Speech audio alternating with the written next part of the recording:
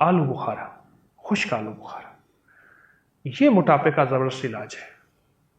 اس کے اور بڑے فائدے ہیں کائے کے لیے، حاملہ کی کائے ہو، اس کی وومٹ ہوتی ہو، اس کا دل کچا پکا ہوتا ہو،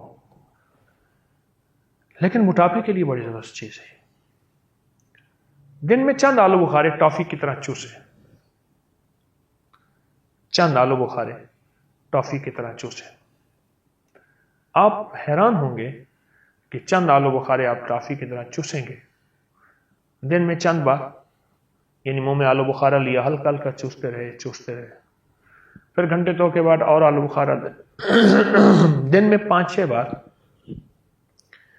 آلو بخارا جو ہے آپ چوسیں۔ آپ کو زندگی میں صحت ملے گی اور حیرت انگیز آپ کو تندرستی ملے گی، اور آپ محسوس کریں گے جو غذا کھائیں گے ہضم ہوگی، کیونکہ آلو بخارے کا چوسنا میں نے چند بیماریوں میں تو انتہائی ایسے پایا ہے جیسے نشانہ ہو، ہائی بلڈ پریشر، کائے اور حاملہ کی کائے ہو یا کسی کی قسم کی کائے ہو، موٹاپا، معدے کی تیزابیت اور دماغ اور اعصاب کی تھکن اور ٹینشن، انزائٹی، ڈپریشن۔ میں نے آلو بخارے میں، اور خشک آلو بخارا آپ اچھی شکل کا لے لیں، اسے تھوڑا سا دھو لیں، اسی وقت دھو کے رکھیں نہیں، خراب ہو جائے گا، خشکی رکھیں، جس وقت لیا تھوڑا سا دھویا، ہلکا سا منہ میں رکھ لیا، بس اسے چوستے رہے، اور بہت کمال چیز ہے، بے مثال چیز ہے، اور بہت زیادہ اس کے ریزلٹ، بہت تجربات۔ موٹاپے کو دور کرنے اور موٹاپے کے ساتھ جو جو بیماریاں ہو چکی ہیں ان کو ختم کرنے کے لیے یہ ایک انوکھا ایک نظام جو آپ کو دیا ہے، اور بے بہا ترتیب ہے جو آپ کو دی ہے۔ موٹاپا اور موٹاپے کی وجہ سے جتنی بیماریاں۔ یہ خشک آلو بخارے کی بات یاد آئی تو میں ایک واقعہ سنا دوں۔ ایک صاحب میرے پاس آتے ہیں بہت عرصے سے، تو ان کے بچے، ان کی بیوی، ان کی والدہ سارے موٹے موٹے، یعنی میرے پاس صوفے پڑے ہیں تو ہر بندہ 2-2 صوفوں پہ جگہ لیتا ہے۔ پھر بہت عرصہ نہ آئے، شاید ملاقات کے لیے ٹائم نہ ملا ہوگا، جو بھی مجبوری، وہ نہ آئے۔ تو جب نہ آئے تو میں نے ایک دفعہ انہیں دیکھا، یعنی ملاقات کے لیے ان کے جسم آدھے آدھے تھے، جیسے کسی نے ادھر سے تراش خراش کی ہے، کسی نے ادھر سے تراش خراش کی ہے۔ میں بڑا حیران ہوا، کیا ہوا آپ کو؟ تو انہوں نے مجھے جو چیز بتائی مجھے بڑی خوشی ہوئی۔ کہنے لگے سب سے پہلے تو ہم نے اپنے اوپر سختی کی، پابندی کی، اور خاص طور پہ بچوں پہ، کہ ہم جو غذائیں کھاتے ہیں وہ نہیں کھائیں گے، اور مصنوعی غذاؤں سے ہم نکلیں گے اور مصنوعی غذاؤں کو چھوڑیں گے۔ اتنی سختی کی، اتنی سختی کی، اتنی کہ ایک وقت آیا کچھ ہی ماہ کے بعد ہم اس کنٹرول کے عادی ہو گئے، اور اس پرہیز کے اور اس ڈسپلن کے عادی ہو گئے۔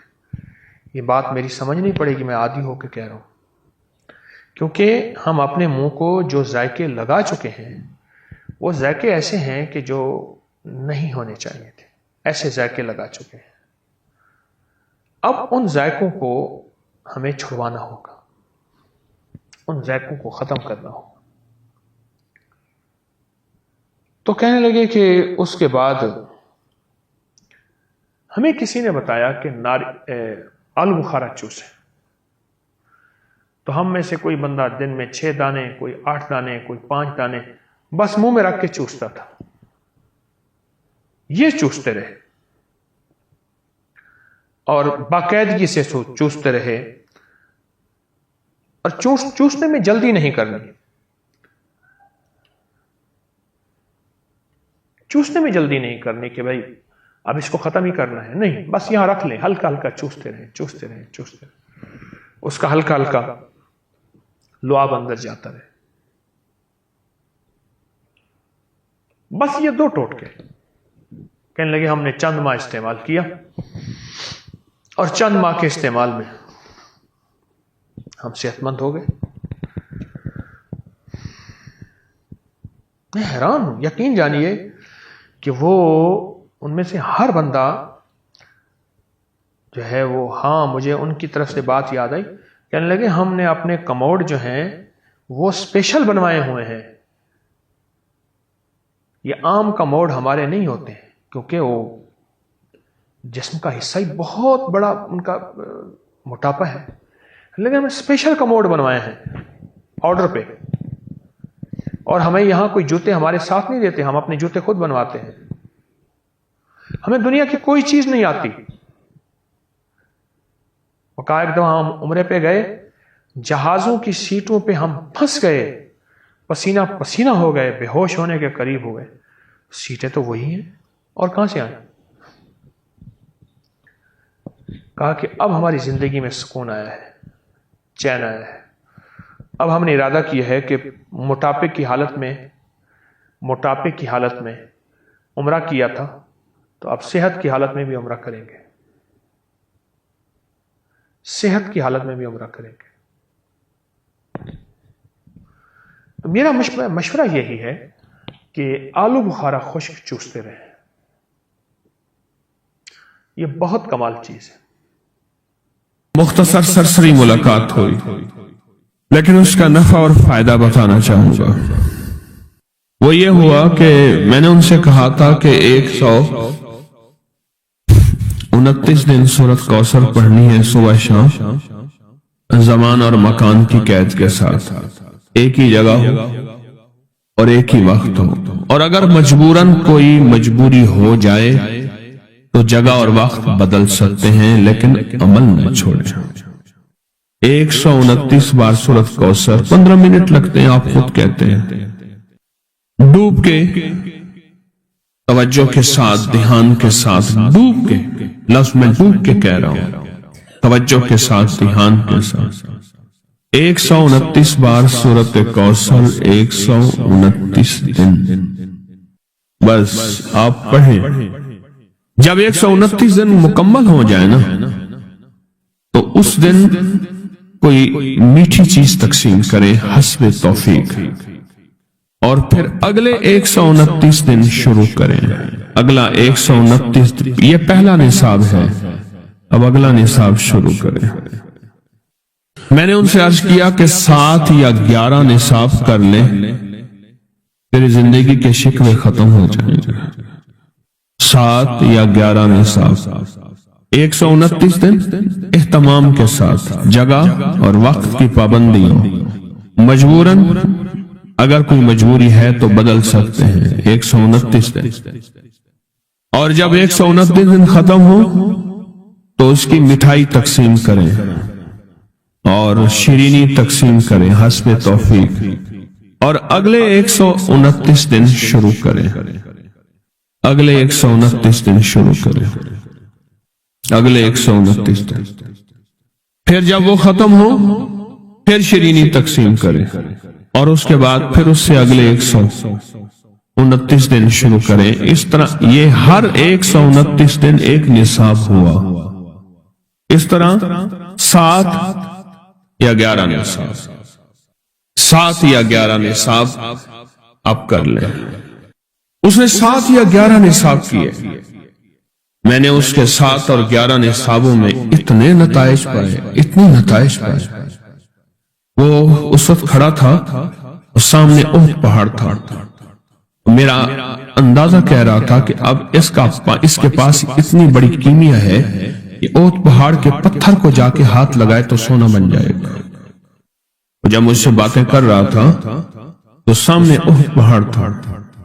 ٹی بی کا علاج 6 مہینے 9 مہینے، فلاں کا کورس 6 مہینے 9 مہینے، اور کتنی ادویات ایسی ہیں کہ جن کے علاج اور کورس میں کہتے ہیں کہ ایک دن بھی دوائی چوک گئی تو پھر شروع کرنی پڑے گی، ہے اس میں تو ڈاکٹر کو کہتے ہیں یہ بڑی توجہ ہے، اور اگر تسبیح کھانے والا کہہ دے انہیں کہ یہ پابندیاں نہیں ہوتی ہم سے، یا پابندی تو کوئی ریاتی بندہ کہے گا، ورنہ کہے گا بڑی سختی ہے، حالانکہ نہ پابندی ہے نہ سختی ہے۔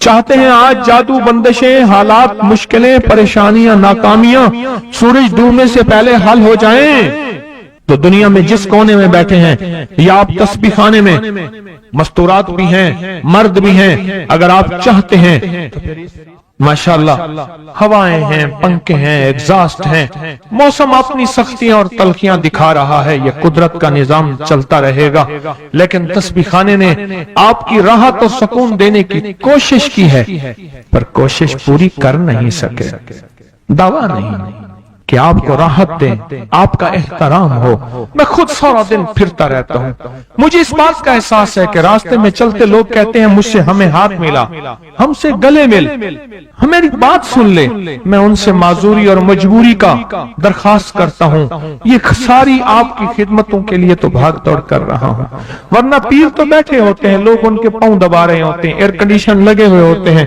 اور یہ تمہارا پیر نہیں فقیر ہے، یہ فقیر سارا دن فقیر بن کے متکونج مانگو کرلاما، ہر جگہ آپ کی راحت کا انتظام، کہیں آرام میں، کہیں کھانے میں، کہیں پینے میں، کہیں بیت الخلاء کی صفائی میں، کہیں لنگر میں، آپ شاہی مہمان ہیں، تو آپ کا غلام ہوں، میں تو آپ کا خادم۔ امام زین العابدین کو ایک شخص نے دیکھا دعا فرما رہے ہیں، اور دعا میں یہ کلمات بار بار پڑھ رہے ہیں، بار بار دہراتے ہیں، پلٹ پلٹ کے پڑھتے ہیں، لپک لپک کے پڑھتے ہیں، جھک جھک کے پڑھتے ہیں، ڈوب ڈوب کے پڑھتے ہیں، ٹوٹ ٹوٹ کے پڑھتے ہیں، اور غم کی کیفیتوں سے پڑھتے ہیں، دل کی گہرائیوں سے پڑھتے ہیں، ہاتھ اٹھا کے پڑھتے ہیں، پھر ہاتھ اوپر اٹھا کے پڑھتے ہیں، پھر دعاؤں میں جھک کے پڑھتے ہیں، پھر اٹھ کے پڑھتے ہیں، کیفیتوں کے ساتھ یہ الفاظ بار بار پڑھ رہے ہیں۔ وہ پیچھے بیٹھا رہا، بڑی دیر کے بعد وہ شخص اٹھا اور شہنشاہوں سے عرض کیا، جب دعا ختم ہوئی تو امام زین العابدین کی بارگاہ میں عرض کیا کہ آقا یہ فرمائیں دعا تو ساری تھی، ان دعا کے ان بولوں کو اب بار بار کیوں فرما رہے تھے؟ تو عجیب بات فرمایا حدیث میں نے پڑھا ہے، میرے نانا حضرت محمد صلی اللہ تعالی وسلم کا فرمان ہے، جو شخص یہ کلمات پڑھتا ہے اس کا ثواب اللہ کے ہاں اور کوئی نہیں جانتا، اور ایک روایت میں ہے کہ اس کا ثواب اتنا ہے کہ فرشتے اس کے لکھنے پہ ٹوٹ پڑ انسانوں اور جنات کی نسلیں ختم ہو جاتی ہیں، پر اس کا ثواب ختم نہیں ہوتا۔ فرمایا غور سے سنیے گا، یہ سارا ثواب میں سارا کا سارا اپنے نانا کی بارگاہ میں بھیج رہا ہوں، اپنے ابا کی بارگاہ میں بھیج رہا ہوں، حضرت علی ان کے ابا تھے، ابا کی بارگاہ میں بھیج رہا ہوں، یہ سارا کا سارا فرشتوں کی بارگاہ میں بھیج رہا ہوں، اور ان کی خدمت میں بھیج کے کہتا ہوں کہ میرے لیے دعا فرمائیں، اور فرمائے جب بھی مجھے کوئی مشکل ہوتی ہے، کسی کی کوئی مشکل ہوتی ہے، میں یہ پڑھتا ہوں اور پڑھتا ہوں اور پڑھتا ہوں اور پڑھتا ہوں اور پڑھتا ہوں، میری مشکل ٹل جاتی ہے۔ اور میں آج صبح ایک سائل آیا تھا، مجبور بے قرار تھا، پریشان تھا، آج میں اس کے لیے پڑھ رہا ہوں اور انشاءاللہ شام سے پہلے اس کی مشکل ٹل جائے گی۔ اور راوی لکھتا ہے میں نے پھر سائلوں سے پوچھا، لوگوں سے پوچھا، تحقیق کی، فرمایا امام زین العابدین جس کے لیے بھی یہ دعا کرتے ہیں، پر کرتے کیسے ہیں؟ جو میں نے نقشہ کھینچا ہے ذرا اس نقشے کو غور سے سننا۔ کرتے کیسے ہیں؟ ڈوٹ کے، ٹوپ کے، وجدان سے، درد سے، کیفیتوں سے، غم سے، اللہ کے تعلق سے، اللہ کی محبت سے، اللہ کے دھیان سے، پوری توجہ سے بار بار یہی پڑھتے ہیں، پھر یہی پڑھتے ہیں، اور پھر ہدیہ کس کو پہنچاتے ہیں؟ یہ دعا، اس دعا کے رازوں کو ذرا سمجھ لیں۔ پھر میں دعا پڑھتا ہوں۔ پہلا راز جذبہ، وجدان، یقین، درد، سوز، ساس، کیف، کیفیات، پہلا راز یہی ہے، یہ سمجھ آ گیا؟ دوسرا راز اس کو پڑھ کے اللہ اس کے حبیب کو سارے فرشتوں کو آل محمد کو ان کو ہدیہ کرتا ہوں اور ان سے عرض کرتا ہوں کہ میرے لیے دعا فرمائے. یہ دوسرا راز ہے. ان دو رازوں کے ساتھ اس دعا کو پڑھتا ہوں اور جس کے لیے پڑھتا ہوں شام سے پہلے اس کا مسئلہ حل ہو جاتا ہے. انہوں نے لفظ جو اختیار کیا عربی زبان میں، لفظ جو ملا ہے مجھے، اس کا ترجمہ یہ ہے کہ سورج اپنا منہ چھپائے اس سے پہلے اس کا مسئلہ حل ہوتا ہے. سورج اپنا منہ چھپائے یعنی شام سے پہلے اس کا مسئلہ حل ہو جاتا ہے، اس کی مشکل دور ہو جاتی ہے اور اس کی ناکامیاں ختم ہو جاتی ہیں. آج صبح ایک سائل آیا تھا، امام زین العابدین حضرت علی ان کا نام تھا، حسین کے بیٹے ہیں اور علی کے پوتے ہیں فرمایا کہ علی فرماتے ہیں میرے پاس سائل آیا تھا، امام زین العابدین فرماتے ہیں دکھیارا تھا، غم کا مارا تھا، آج میں اس کے لیے دعا کر رہا تھا. اور پھر فرمایا میں جس کے لیے بھی یہ دعا کروں سورج اس سے پہلے کہ اپنا منہ چھپائے اس کا مسئلہ حل ہو جاتا ہے. آج کی اس اختتامی محفل میں اس دعا میں لگا کے مغرب تک اس دعا میں لگاؤں گا. چاہتے ہیں اس میں دعا میں لگ جائیں؟ چاہتے ہیں واجد سے، کیفیتوں سے، پورے درد سے؟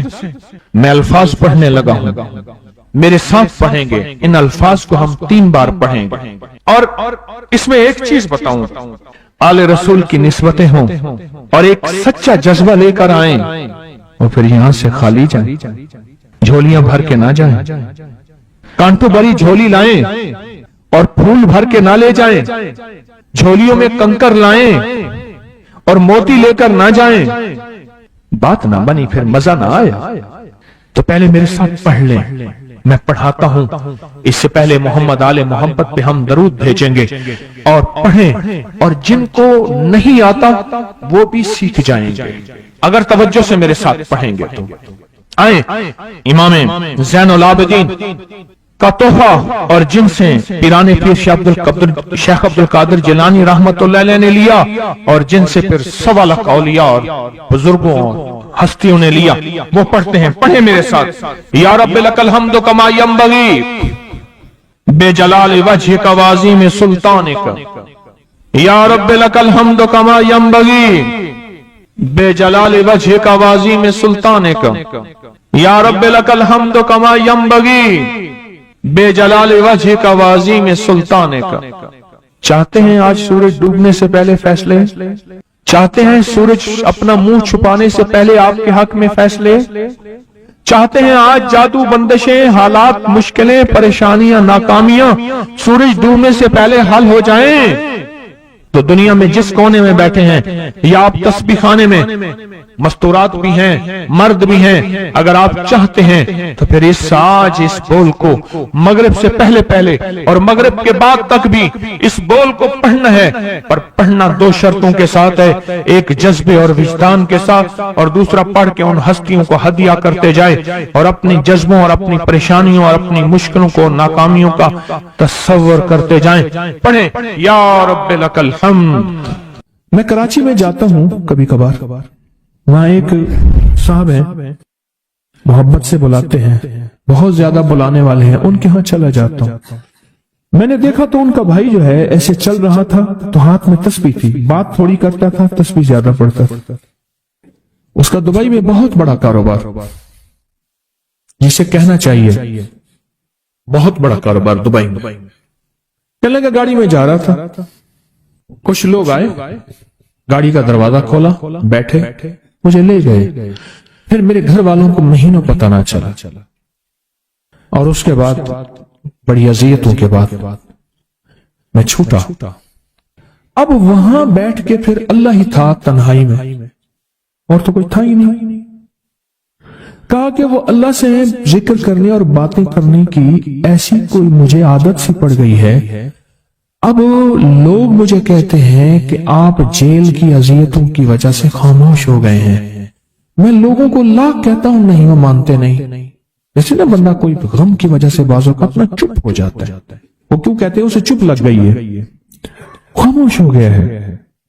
تاکہ میں لوگوں کو کہتا ہوں نہیں، میں جیل کی وجہ سے خاموش نہیں ہوں، اس قید نے، اس جیل نے میرے اوپر جو آزمائش بھیجی ہے، اس قید نے اور جیل نے میرے اوپر جو آزمائش بھیجی ہے، اور میں پھر وہاں ذکر کا عادی بنا، دعاؤں کا عادی بنا، تسبیح کا عادی بنا، اعمال کا عادی بنا، اور وہ عادت سی پڑ گئی ہے، اور وہ عادت سی ایسی پڑی ہے کہ بس سارا دن اب اسی میں لگا رہتا ہوں، سارا دن اب اسی ذکر میں اور اسی یاد میں لگا رہتا ہوں۔ کہیں ایسا نہ ہو ہم بھی اگر ذکر سے غافل ہوئے، تسبیح سے غافل ہوئے، خدا نہ خواستہ ایسی آزمائش آ جائے اور پھر ہم ذکر اور تسبیح اور اعمال کے عادی بن جائیں، اللہ سے عافیت مانگیں۔ اور اگر ہماری زبانوں پہ تسبیح ذکر آ گیا ہے عافیت کے دنوں میں، تو سمجھ لیں یہ اس کی عطا ہے، یہ اس کی نعمت ہے، یہ اس کی کریمی ہے، یہ اس کا فضل ہے، اس نے بہت بڑی آزمائش سے پہلے ہمارے اوپر اتنا کرم کر دیا، اس کا بہت بڑا کرم ہے۔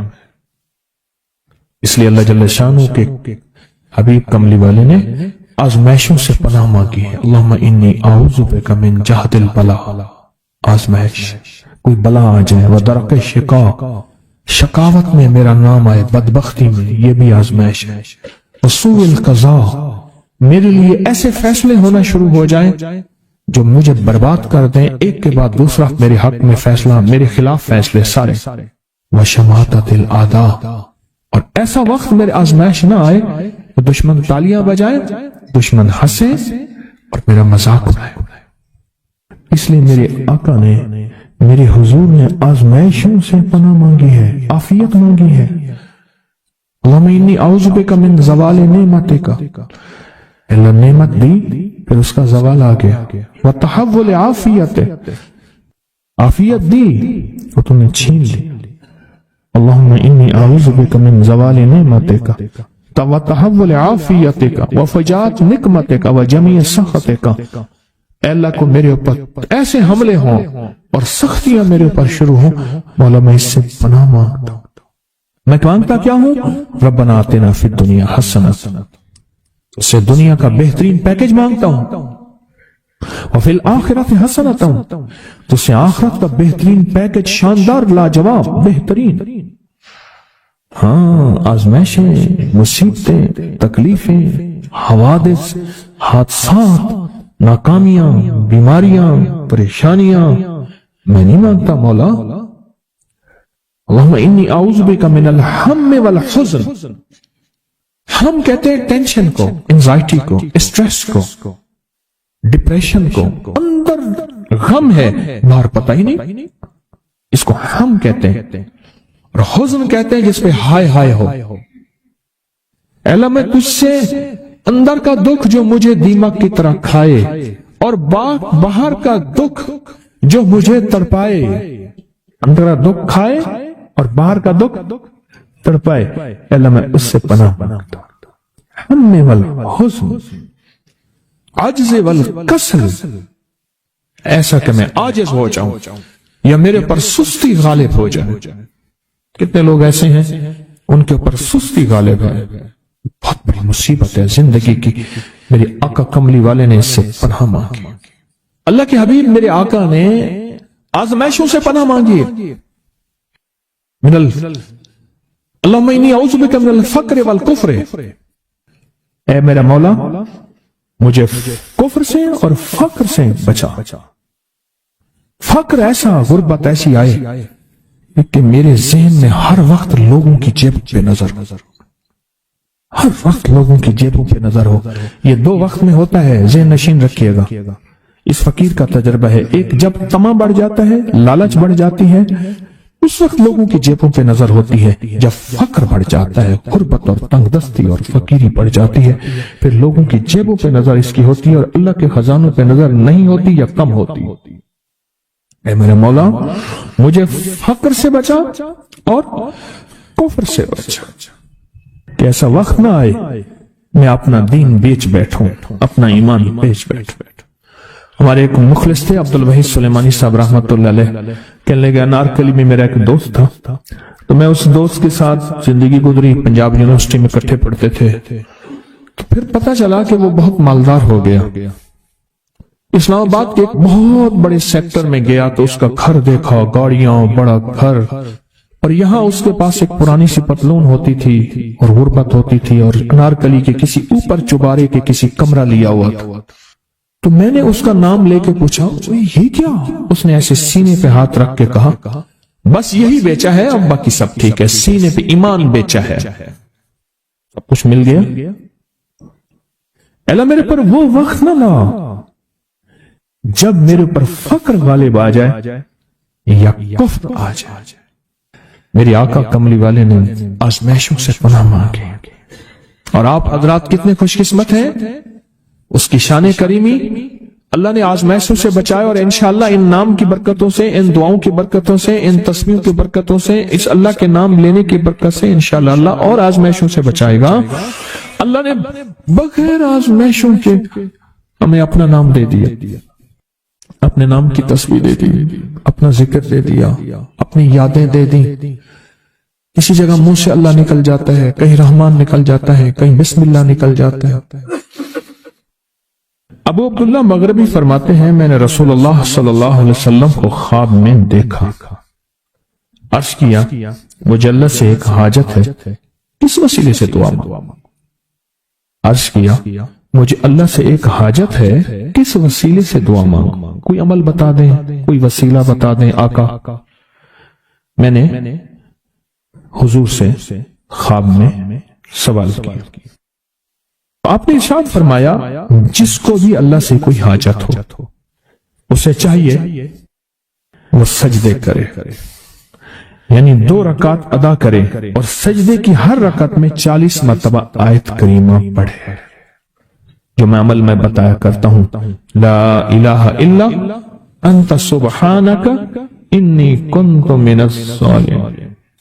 جب بھی کوئی مشکل ہو، الجھن ہو، پریشانی ہو، کوئی تکلیف ہو، کوئی مسئلہ ہو، تو میرے حضور نے فرمایا کہ تو ایسا کر، تو ایسا کر، تم کیا کر، تو نفل پڑھ، ہر رکعت میں سبحان ربی الاعلیٰ کے بعد 40 مرتبہ آیت کریمہ پڑھ، اور پڑھ ایسے ڈوب ڈوب کے، مانگ مانگ کے، گڑ گڑا کے، بھیکاری محتاج سائل اور منگتا بن کے پڑھ. اور حدیث میں آیا کہ کوئی مصیبت زدہ اس کو نہیں پڑھتا جس کی مصیبت دور نہیں ہوتی. آیت کریمہ کو فرمایا کوئی مصیبت زدہ اگر پڑھ لے اس کی مصیبت دور ہوتی ہے. اور ایک اور حدیث میں ہے کہ کبھی ایسا نہیں ہوا کہ کسی مسلمان آدمی نے کسی چیز کے لیے اسے پڑھا ہو اور اس کی دعا قبول نہ ہوئی ہو. اور اس کو ترمذی اور نسائی نے روایت کیا ہے. میرے آقا فرماتے ہیں کہ میں جب شب معراج میں میرا ایک شخص پر گزر ہوا جو نور عرش میں چھپا ہوا تھا. عرش کے نور میں اتنا ڈوبا ہوا تھا، خود چھپا ہوا تھا عرش کے نور میں. میں نے پوچھا یہ کون ہے، یا کوئی فرشتہ ہے؟ فرمایا نہیں. میں نے کہا تو پھر یہ کون ہے؟ فرمایا ایک انسان ہے. جب دنیا میں تھا تو یاد خدا اسے اس کی زبان پر تر و تازہ رہتی تھی، اس کا دل مسجد میں لگا رہتا تھا. آج اللہ کے حضور یہ نور عرش کے نور میں اتنا ڈوبا ہے کہ خود چھپ گیا. 2 چیزوں کی وجہ سے. ایک، اس کی زبان ہر وقت اللہ کی یاد سے تر و تازہ رہتی تھی. جو دم غافل سو دم کافر، میں نے مرشد سبق پڑھایا ہو. حضور کہتے ہیں میں مرشد کے پاس گیا، میں نے کہا حضرت کو نصیحت فرما دیں. فرمایا میری نصیحت یہی ہے جس دم غافل ہوگا سمجھ لے وہ دم تیرا کافر ہے. اور کافر کے معنی اصل ہے انکار کے. وہ تیرا دم اللہ کے ساتھ جڑا ہوا نہیں ہے. اور میں ذکر کرنے والوں کی مثال زندہ کی ہے اور ذکر نہ کرنے والوں کی مثال مردہ کی ہے. حضرت خالد بن ولید نے فرمایا ایک طرف ہزاروں تھے اور فرمایا مجھے چند دے دیں. تو پوچھا آپ کو چند کیوں دیں؟ کہا وہ سارے مردہ ہیں. وہ کلمہ پڑھنے والے نہیں تھے، وہ سارے مردہ ہیں، مجھے چند کلمہ پڑھنے والے دے دیں، یہ سارے زندہ ہیں اور یہ غالب آئیں گے، اور یہی ہوا۔